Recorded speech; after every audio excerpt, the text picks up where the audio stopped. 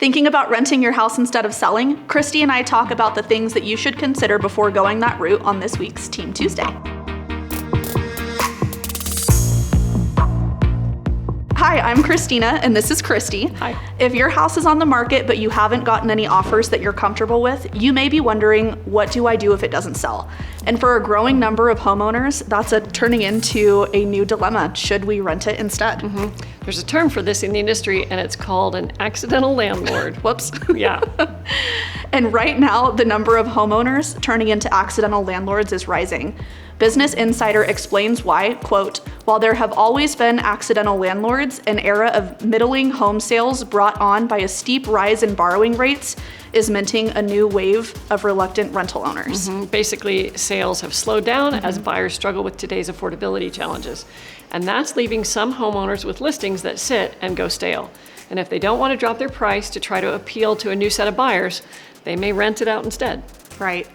But here's the thing that you need to remember if renting your house has crossed your mind.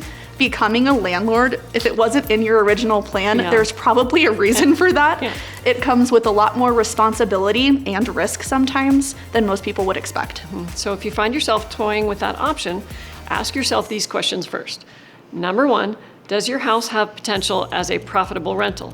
Just because you can rent it doesn't mean you should. For example, are you moving out of state? Managing maintenance from far away is really difficult sometimes.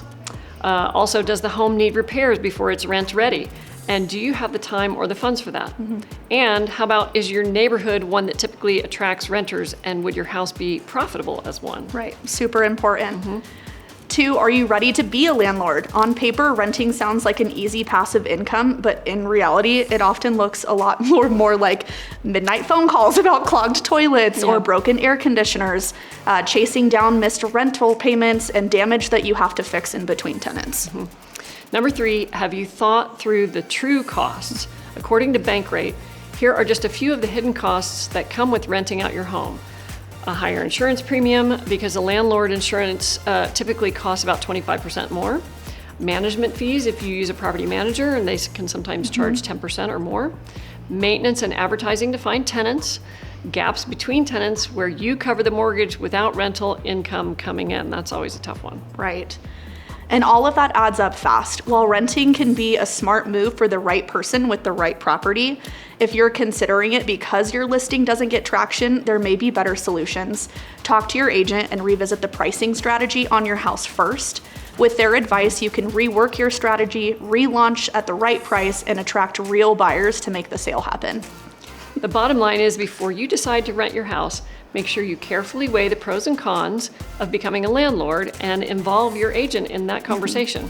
For some homeowners, the hassle and the expense may not be worth it. Right.